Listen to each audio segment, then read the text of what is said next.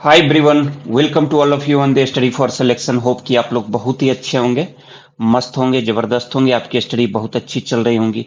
देखिए, अभी जब मैंने पिछला वीडियो डाला है ना, तो सबसे ज्यादा एक सवाल स्टूडेंट्स का आ रहा है कि सर अब प्री पढ़ें या मेंस। स्टूडेंट्स, अगर आप भी इसी कंफ्यूजन में हैं तो अगले कुछ मिनट्स में ये वीडियो आपको पूरी स्ट्रेटजी क्लियर कर देगी।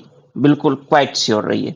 देखो, शुरुआत में ही मैं आपको एक बात कह देना चाहता हूं कि गलत डिसीजन आपके एक्स्ट्रा टाइम को एडवांटेज से डिसएडवांटेज में चेंज कर सकता है। इसलिए अपना फोकस क्लियर रखना। ओके, इसलिए इस वीडियो को ध्यान से देखिएगा आप लोग। देखो, सबसे पहले आप लोग अपना रियलिटी चेक करो। एक चीज और आप लोग ध्यान रखो कि एग्जाम पोस्टपोन्ड हुआ है, जो मैंने पिछले भी वीडियो में बोला था, कैंसिल नहीं हुआ है। और सबसे इंपॉर्टेंट है कि नई डेट भी अभी अनाउंस नहीं हुई है। इसी वजह से बहुत स्टूडेंट के ग्रुप जो हैं, जो सारे स्टूडेंट्स हैं, वो दो ग्रुप में बट गए हैं। एक ग्रुप कह रहा है कि अब मेंस पढ़ते हैं, ठीक है, वो बिल्कुल मेंस पढ़ने के लिए रेडी हैं। जबकि दूसरे ग्रुप क्लियरली ये सोच रहे हैं कि सिर्फ प्रीलिम्स ही पढ़ना चाहिए। देखो, मेरे नजर में ना दोनों एक्सट्रीम चीजें ठीक नहीं है, ठीक है। तो अब हम लोग क्या करेंगे, तो यहाँ पे कुछ प्रिंसिपल को फॉलो करेंगे। देखो, होता क्या है कि एक सीरियस एस्पिरेंट का पहला टारगेट क्या होना चाहिए, प्रीलिम्स क्वालिफाई करना। क्योंकि प्रीलिम्स क्वालिफाई किए बिना मेंस लिखने का मौका नहीं मिलेगा, ये चीज आप लोग डैम श्योर रहो। लेकिन इसका मतलब ये भी नहीं है कि मेंस को पूरी तरह इग्नोर कर दिया जाए। इसलिए स्मार्ट स्ट्रेटजी अपनाओ आप लोग, ठीक है। और है क्या कि जो मैंने पहले बोला था कि अपना जो एनालिसिस है वो एक बार कर लो, रियलिटी चेक कर लो। देखो, अभी तीन टाइप के स्टूडेंट का मैंने वो बनाया है, अलग अलग सेग्रीगेट किया है। पहले टाइप के जो हैं उनको मैंने स्ट्रॉन्ग स्टूडेंट के कैटेगरी में रखा है।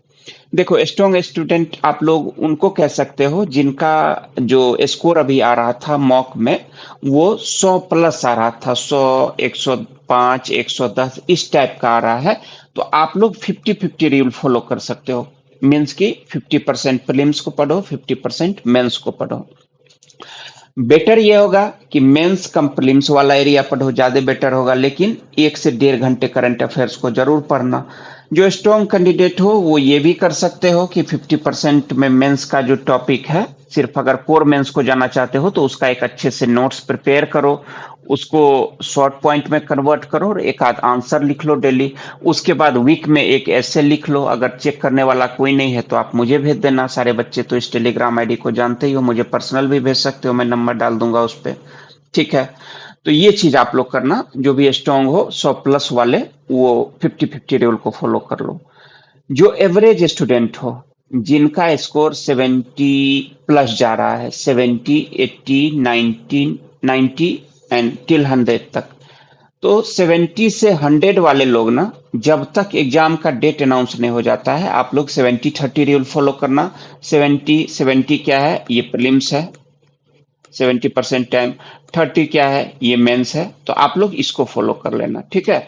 जो 70 में आप लोग अपने कोर एरिया, जो वीक एरियाज हैं उनको फोकस करना, फाइंड आउट करना। मैंने पिछले वीडियो में सारी चीजें बता दी है, उसको आप लोग प्रिपेयर करना। करंट अफेयर्स डेली पढ़ना है, एमसीक्यू सारे ग्रुप्स के लोगों को बनाना है।